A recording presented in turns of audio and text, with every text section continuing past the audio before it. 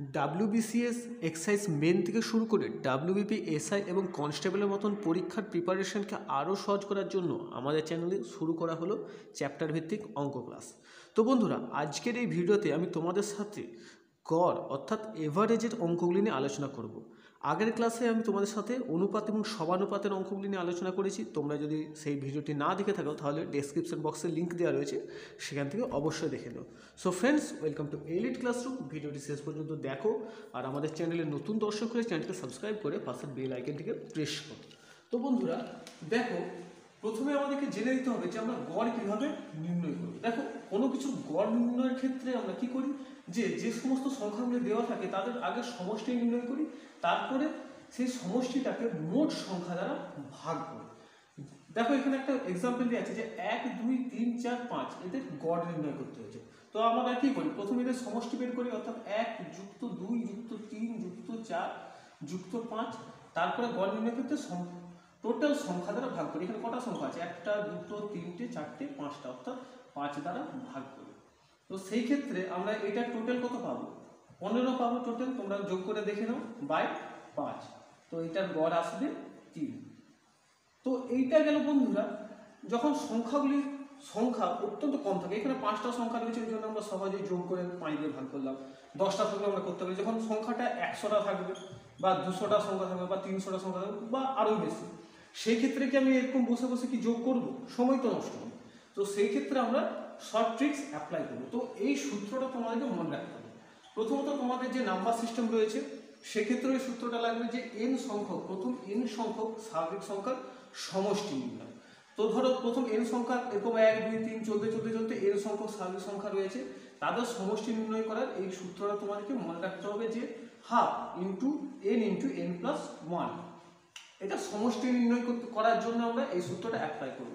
তাহলে গড় সংখ্যা আমরা কি করতে পারবো, গড় নির্ণয়ের ক্ষেত্রে আমরা কি করব, এই n প্লাস 1 বাই 2 দ্বারা এটাকে ভাগ করব। গড় নির্ণয়ের ক্ষেত্রে কি করব, n প্লাস 1 বাই 2 দ্বারা ভাগ করব। তো এই সূত্রটা অ্যাপ্লাই করে প্রথমে আমি এই 1 থেকে 5-এর গড় নির্ণয় করছি, বন্ধুরা সমষ্টি নির্ণয় করছি, তারপরে গড় নির্ণয় করছি। দেখো, ধরো এখানে বলেছে s সমান হাফ ইন্টু n প্লাস 1। তাহলে এখানে n মানে কি, 5। তাহলে এখানে হাফ হবে 1/2 ইন্টু n মানে 5 ইন্টু 5 প্লাস 1 সমান হাফ ইন্টু 5, 5 একে কত 6। তাহলে হাফ ইন্টু কত হচ্ছে বন্ধুরা, 5 6 30। এটা কাটাকাটি করে দিতে পারি আমরা, আসছে 15। এটা গেল সমষ্টি। এটা কি বের হলো আমাদের, সমষ্টি। গড় বের করতে পারি 5টা সংখ্যা, তো এখানেও আমি 15/5 করতে পারি 3। একেবারে আমি যদি ডাইরেক্ট গড় নির্ণয় করতে যাই সেক্ষেত্রে কি করব, n সমান কত রয়েছে, এখানে এই সূত্রটাকে অ্যাপ্লাই করি। n সমান 5 যুক্ত 1/2 সমান কত, 5 একে 6/2 সমান 3। উত্তর আসছে। দেখো, আমরা লং প্রসেসও করেছিলাম, 3 উত্তর আসছে, এবং শর্ট প্রসেসে করলাম, সেখানে কিন্তু 3 উত্তর আসছে। তো যখন সংখ্যাগুলি এরকম 100 200 300 বা আরও অধিক প্রচুর বেশি সংখ্যা দেওয়া থাকবে, সেই ক্ষেত্রে আমরা এই শর্ট ট্রিক্সটা অ্যাপ্লাই করবো। এর সাহায্যে আমরা সহজেই এই উত্তরটা বের করতে পারবো। ওটা দেখো কি বলছে, যে প্রথম n সংখ্যক স্বাভাবিক সংখ্যার বর্গের সমষ্টি নির্ণয়ের একটি সূত্র রয়েছে, যে s ইকুয়ালস টু, যদি 1 স্কোয়ার 2 স্কোয়ার 3 স্কোয়ার এইভাবে যদি n স্কোয়ার যদি সংখ্যা থাকে তাদের বর্গের সমষ্টি আমরা এই সূত্রের সাহায্যে নির্ণয় করতে পারি। n/6 into n plus 1 into 2n plus 1। এবং তাদের গড় যদি আমাদেরকে নির্ণয় করতে হয় সেক্ষেত্রে আমরা কেবলমাত্র এই nটাকে অ্যাভয়েড করে দেবো। তাহলে কি আসবে, n plus 1 into 2n plus 1 by 6 রয়েছে। এই সূত্রটা আমরা শর্টকাটে ইউজ করতে পারি যখন আমরা শর্টকাট টেকনিক ইউজ করব। এবার একটা অঙ্ক বলেছে যে 1 থেকে 5 সংখ্যাগুলির বর্গের গড় নির্ণয় করতে বলছে। সেই ক্ষেত্রে আমরা কি করব, যে আমরা তো নর্মালি আমরা যখন সূত্র জায়গা, সেই ক্ষেত্রে আমরা কি করব, 1 square plus 2 square plus 3 square plus 4 square plus 5 square divided by 5 করব। প্রত্যেকটার স্কোয়ারগুলোকে সংখ্যায় নিয়ে আসবো, plus 9 plus 16 plus 25 divided by 5। এটা যোগ করলে আসবে 55 ডিভাইডেড বাই 5 সমান 11। এইভাবে গড়টা নির্ণয় করতে পারলাম। কিন্তু এটা তো 5 তো দেবে না পরীক্ষায়, নিশ্চয়ই অনেক বেশি দেবে বলে এই কোশ্চেনটা আসার থেকে যে 1 থেকে 100 পর্যন্ত সংখ্যার বর্গের গড় নির্ণয় করো। সেই ক্ষেত্রে আমরা এইভাবে নিশ্চয়ই করতে পারবো না, অনেক সময় লাগবে। সেই ক্ষেত্রে আমরা ডাইরেক্ট এই সূত্রটা অ্যাপ্লাই করব। এখানে যদি আমি করতে চাই n ইকুয়ালস টু কি 5, তাহলে 5 n প্লাস 1 মানে 5 প্লাস 1 ব্র্যাকেট, তারপরে কি রয়েছে 2n প্লাস 1, তারপরে 2 ইন্টু 5 প্লাস 1 ডিভাইডেড বাই 6, কি আসবে এটা 5 একে 6 ইন্টু 5 দুগুণে 10 প্লাস 1 বাই 6।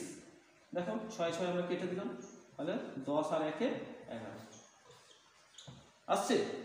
তো এইভাবে আমরা কিন্তু এই সূত্রটাকে কাজে লাগে শর্টকাটে যে কোনো সংখ্যাগুলির বর্গের গড় নির্ণয় করতে পারি। তো দেখো বলছে ধরো প্রথম 5টি স্বাভাবিক সংখ্যার ঘনের গড় নির্ণয় করতে বলবো।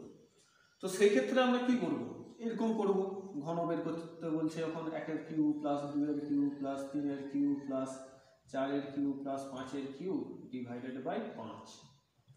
1 এর কিউব মানে 1, যুক্ত 2 এর কিউব মানে 8, যুক্ত 3 এর কিউব মানে হচ্ছে 27, যুক্ত 4 এর কিউব মানে 64 প্লাস 5 এর কিউব মানে 125 বাই 5।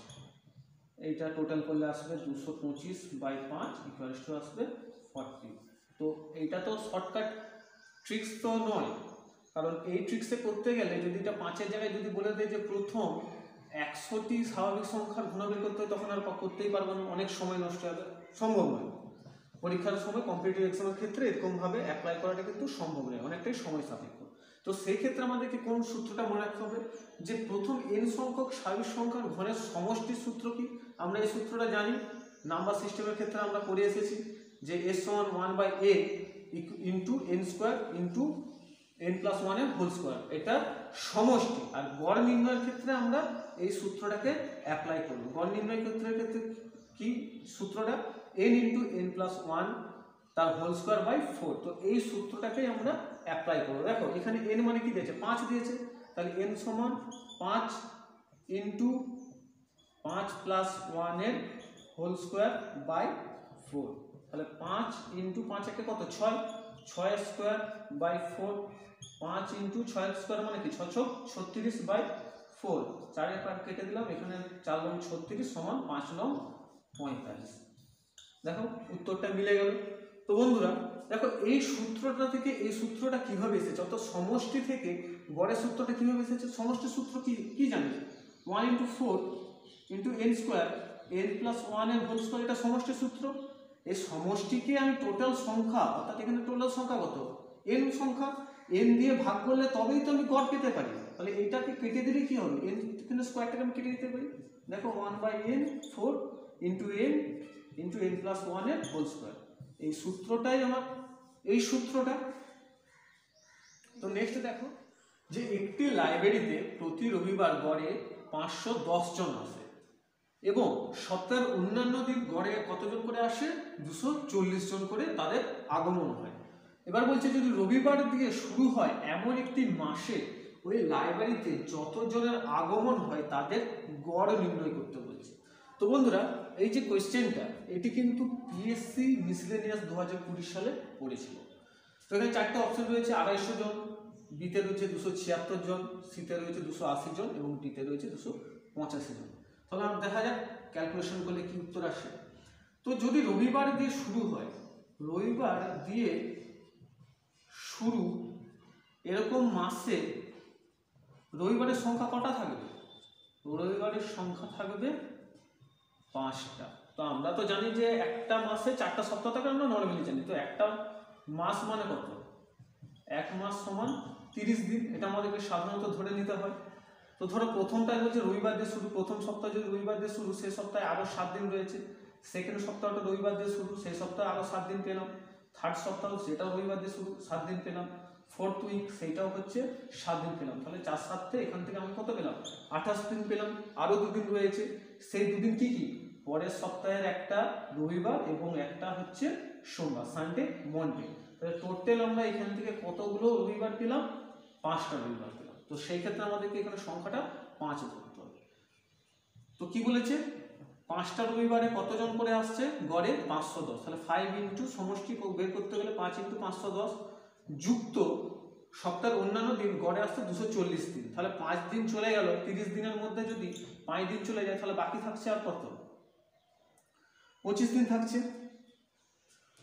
25 গুণিত কতজন করে আসছে, 240 জন করে আসছে। এবার কি বলছে, গড় নির্ণয় করতে বলছে। গড় নির্ণয় করতে হলে কি হবে, আমাকে টোটাল সংখ্যাটা দিয়ে ভাগ করতে হবে। টোটাল সংখ্যা কত দিন আমি ধরছি, 30 দিন ধরছি, তাহলে আমাকে এখানে 30 দিয়ে ভাগ করতে হবে। তাহলে আমরা একটা ক্যালকুলেশন করি, দেখতে পাই কি দেখা যায়।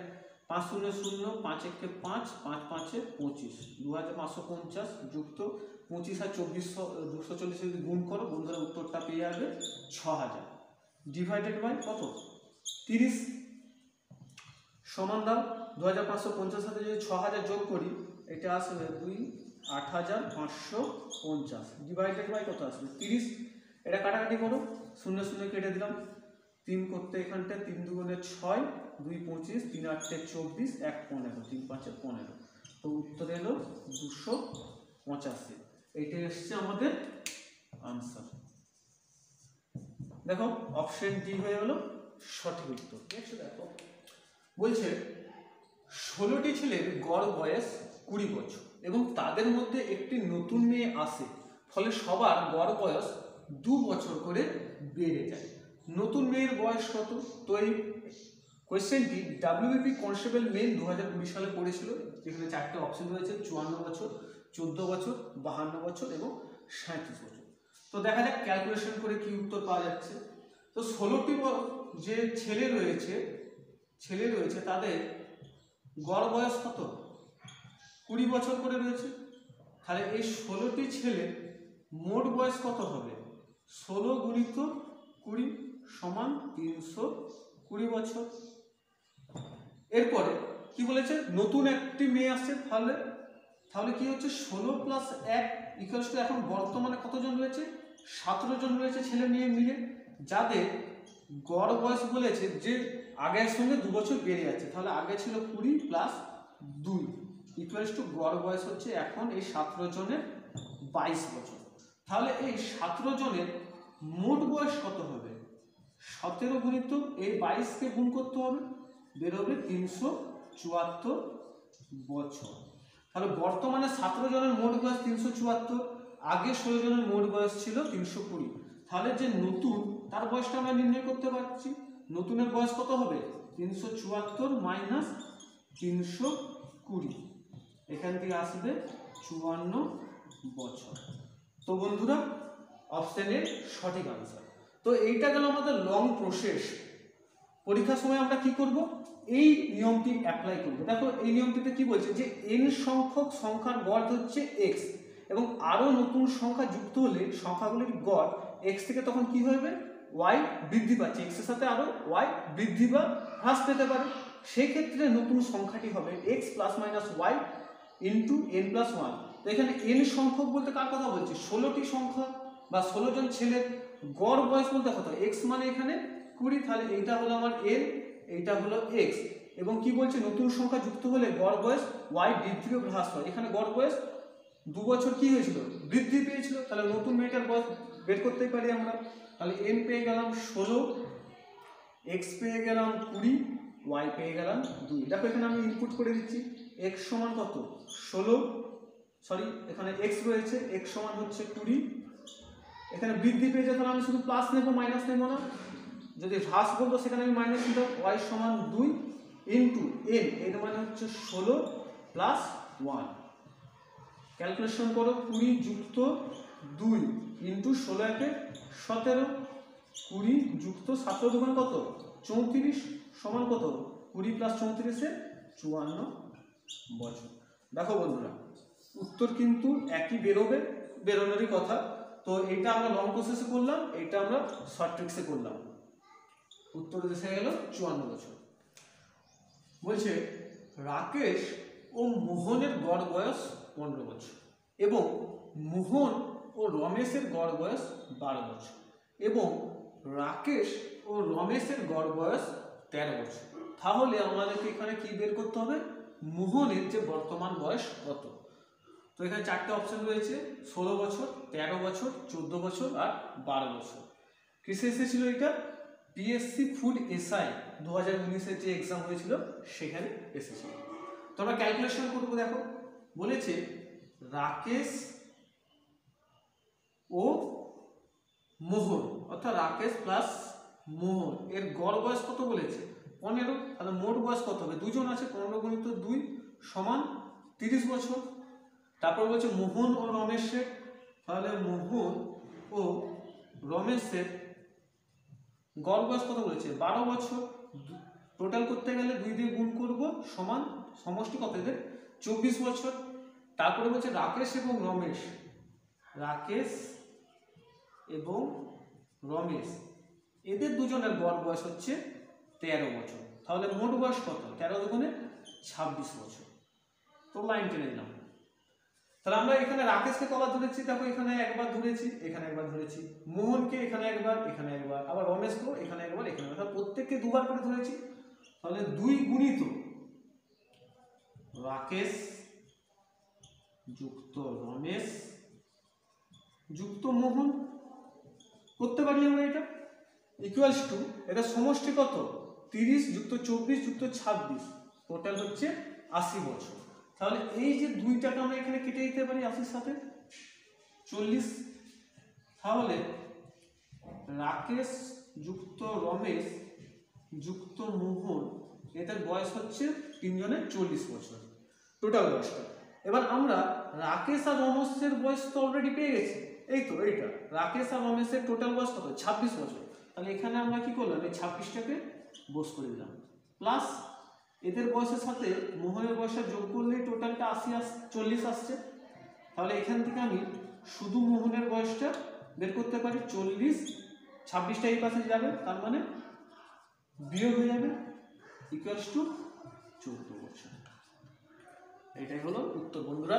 তো অপশন সি অর্থাৎ 14 বছর হলো মোহনের বয়স। নেক্সট দেখো তো কি বলছে কোশ্চেনটায়, একজন মোটর আরোহী এ থেকে বি স্থানে 20 কিলোমিটার/আওয়ার বেগে যান এবং 30 কিলোমিটার/আওয়ার বেগে ফিরে আসেন, তাহলে আরোহীর গড় বেগ কত ছিল। তো এখানে 4টে অপশন রয়েছে। অপশন এ 24 কিলোমিটার/আওয়ার, 22 কিলোমিটার/আওয়ার, 23 কিলোমিটার/আওয়ার এবং 26 কিলোমিটার/আওয়ার। এবং এই যে প্রশ্নটি এটি ডাব্লিউবিপি কনস্টেবল মেন 2019-এ পড়েছে। তো দেখো ক্যালকুলেশন করার আগে আমরা এটাকে শর্টকাট ট্রিক্স একটা তোমাদেরকে বলে দিচ্ছি, অর্থাৎ সূত্র বলে দিচ্ছি, গড় গতিবেগের সূত্র। সেই সূত্রের যদি আমরা এখানে ইনপুট করি ডেটাগুলোকে সহজেই কিন্তু বেরিয়ে যাবে। তো কোনো একজন ব্যক্তি সে যদি নির্দিষ্ট দূরত্ব অতিক্রম করার সময় x কিলোমিটার/আওয়ার বেগে যদি যাতায়াত যায় এবং ফেরার সময় যদি সে y কিলোমিটার/আওয়ার বেগে যদি ফিরে আসে, তাহলে তার গড় গতিবেগ হবে 2 × x × y by x plus y। তো এখানেও দেখতে পাচ্ছি একজন ব্যক্তি এ এবং বি স্থান অর্থাৎ দূরত্ব তাদের নির্দিষ্ট 20 কিলোমিটার/আওয়ার বেগে গিয়েছিল, অর্থাৎ এখানে x সমান কত 20 কিলোমিটার এবং ফিরে এসেছিল কত y সমান 30 কিলোমিটার/আওয়ার বেগে হচ্ছে ফিরে আসেন। তো আমরা এই যে মানগুলো এতে ইনপুট করলেই কিন্তু উত্তরটি আসবে। তাহলে 2xy by x plus y, 2 × x মানে হচ্ছে 20 ইন্টু y মানে হচ্ছে 30 বাই 20 প্লাস 30। দেখো কি হচ্ছে 2 গুণিত 20 গুণিত 30 ডিভাইডেড বাই 30 দিয়ে 50। এখানে আমরা গুণ করলাম না, এটা 0 0 কেটে দিলাম, 5 4 20, তাহলে আসছে 2 গুণিত 4 গুণিত 3 সমান 4 × 2 = 8, 3 × 8 = 24 কিলোমিটার/আওয়ার, অর্থাৎ উত্তরটি হয়ে গেল অপশন এ। দেখো বন্ধুরা বলছে পরপর 7টি সংখ্যার গড় হচ্ছে 20, তাহলে এর বৃহত্তম সংখ্যাটি কত। 4টে অপশন রয়েছে 20, 24, 23, 22 এবং এই প্রশ্নটিও ডাব্লিউবি কনস্টেবল মেন 2019-এ পড়েছিল। তো দেখি আমরা ক্যালকুলেশন করি। পরপর 7টা মানে আমরা সংখ্যা যদি গড় বলছে 20, তাহলে আমরা তো সংখ্যাগুলো জানি না, তাহলে একটা সংখ্যা আমি n ধরবো, পরের সংখ্যাটা কি হবে n+1 ধরবো, তারপরের সংখ্যাটা n+2, একই রকম ভাবে n+3, n+4, n+5, n+6। তো দেখো 1টা 2টা 3টে 4টে 5টা 6টা 7টা যেহেতু পরপর আছে সেই জন্য আমরা এইভাবে করতে পারি। এদের কি বলেছে যে গড় বলেছে কত 20 বলেছে, তাহলে আমরা এর যদি সমষ্টি করি তাহলে এদের আমরা প্রত্যেকটাকে যোগ করে দিতে পারি এইভাবে। সমষ্টি মানে কি, গড়ের সঙ্গে টোটাল সংখ্যাটাও করতে হবে, গুণ করে নিতে হবে। তো এগুলো যদি আমরা পরস্পর যোগ করি এখানে আসবে 7n plus 1 2 1 3 3 3 6 6 4 10 10 5 15 15 6 21 7n plus 21 equals to 20 plus 7 মানে কত 140। তো এখান থেকে 7n সমান 140, 21টা এই পাশে চলে আসবে মাইনাস 21, তাহলে কত আসছে 7n সমান এখান থেকে 1 বাদ দিলে 9 119 আসছে। n ইকুয়ালস টু 119/7, 7 দিয়ে ভাগ করে দেব সমান কত আসবে, এটাকে ভাগ করলে আসবে 17। তাহলে n এর ভ্যালু আমরা পেয়ে গেলাম 17। এবারে আমাকে কি বলছে যে বৃহত্তম সংখ্যা, তাহলে বৃহত্তম সংখ্যা হচ্ছে নির্ণয় করতে। বৃহত্তম সংখ্যা কত, n + 6, তো n + 6, তাহলে এখানে n এর ভ্যালু হচ্ছে 17 প্লাস 6 ইকুয়ালস টু কত আসবে 23, অর্থাৎ উত্তর আসবে অপশন সি। এই নিয়মে তোমরা করতে পারো। আরো শর্ট ট্রিক্স আমি তোমাদের সাথে শেয়ার করছি, দেখো এগুলো তোমরা পরীক্ষার সময় করতে পারো। প্রথমে আমি একটা লাইন টেনে নেব, তো গড় বলেছে, তো 7টা দেখো, 7টা যেহেতু সংখ্যা বলেছে তাহলে 1 2 3 4 5 6 7। এবার বলেছে গড় হচ্ছে 20, গড় সবসময় কোথায় থাকে, মিডিলে থাকে, তাহলে এর মিডিল কোথায়, এই জায়গাটায় রয়েছে, কারণ 20 রয়েছে এখানটায়। এরপরে কি বলেছে যে পরপর, অর্থাৎ এখান দিকে গেলে 1 করে বাড়বে, 1 করে হচ্ছে প্লাস হবে, আর এই পাশে গেলে কি হবে 1 করে মাইনাস হবে। তাহলে এই সংখ্যাগুলো কি থাকবে 19 থাকবে, তার 800 থাকবে, এটা 700 থাকবে, এবং এরপরে কি থাকবে 21 থাকবে, 22 থাকবে এবং 23 থাকবে।